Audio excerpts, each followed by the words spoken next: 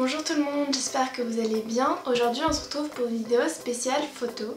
Alors je suis en école de photo et je me suis dit que ce serait sympa de vous donner 5 conseils pour réussir vos photos, que vous ayez un appareil photo ou un portable. C'est parti. Premier conseil, il faut une intention. C'est-à-dire il faut trouver une idée précise de la photo que vous avez envie de faire. Donc il faut évidemment trouver un sujet.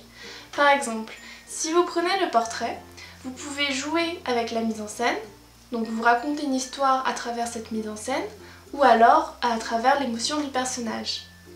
Inversement, si vous voulez faire de la mode, vous pouvez miser tout sur l'esthétique. En fait, c'est l'esthétique qui va raconter une histoire. Pareil pour la photo culinaire, la composition et l'esthétique de la photo sera l'intention. Deuxième conseil, il faut connaître son appareil photo. Alors par exemple, le diaphragme influe sur la profondeur de champ. Alors la profondeur de champ, c'est quoi? C'est en fait l'intensité de flou que vous allez avoir en arrière-plan. Par exemple, si votre diaphragme est à 1, la profondeur de champ sera très importante. Ça veut dire que si vous faites un portrait par exemple, le flou d'arrière-plan sera très intense. Et inversement, si le diaphragme est par exemple à 22, qui est une ouverture très petite, le flou sera beaucoup moins intense et vous aurez beaucoup plus de netteté. En fait, plus on ferme le diaphragme, plus on gagne en netteté. Et aussi, vous pouvez utiliser les ISO pour améliorer votre exposition. Mais les ISO, on perd en qualité en fait sur la photo. Mais certains appareils peuvent très bien gérer ce problème, mais il vaut mieux gérer votre exposition à la prise de vue. Troisième conseil, avec un appareil photo, vous pouvez utiliser un trépied. Et donc le trépied vous permet d'utiliser le temps de pause. Donc le temps de pause, c'est le temps que la photo va mettre à être prise en fait. Et donc avec ce trépied, vous pouvez gérer la lumière comme vous voulez en modifiant la vitesse. Et ça vous permet aussi de mieux gérer votre composition.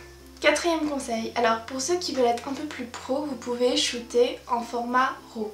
Donc le format RAW, c'est sur des appareils photo réflexes et ça vous permet d'avoir une qualité d'image optimale en fait. Ça veut dire que l'appareil photo n'influe pas du tout sur l'exposition ni sur le contraste. Votre fichier est brut en fait. Mais comme le fichier est brut, vous devez le développer avec des logiciels tels que Lightroom ou Camera Raw. Bon après, si vous n'avez pas du tout envie de vous prendre la tête avec ça, vous shootez en JPEG et c'est très bien, même si la qualité est un peu moins bonne. Cinquième conseil, il faut essayer d'obtenir la meilleure qualité d'image dès la prise de vue. En fait, vous allez utiliser la retouche pour embellir votre image, non pour l'améliorer. Donc il vaut mieux gérer votre exposition à fond pendant la prise de vue et votre compo, que tout soit presque parfait on va dire, et après vous pouvez retoucher sur Photoshop ou Lightroom. Après, si vous n'avez pas ces logiciels là, c'est pas grave. Vous pouvez très bien retoucher sur Picasa, il me semble. Oui, c'est ça. Et avec votre portable, il y a une application qui s'appelle Photogène 4. C'est une application payante malheureusement, mais elle est vraiment super bien parce qu'elle est presque semblable à un logiciel tel que Photoshop ou Lightroom. Et ça vous permet de retoucher localement votre image, de retoucher l'exposition, le contraste, même d'effacer des éléments de l'image. Voilà, donc je vous conseille cette application. Et puis sachez aussi que vous pouvez très bien faire des photos avec un portable. C'est sûr que la qualité sera beaucoup moins bonne qu'avec un appareil photo, mais ce qui compte c'est votre intention et voilà, la compo et puis vous, votre talent. Voilà.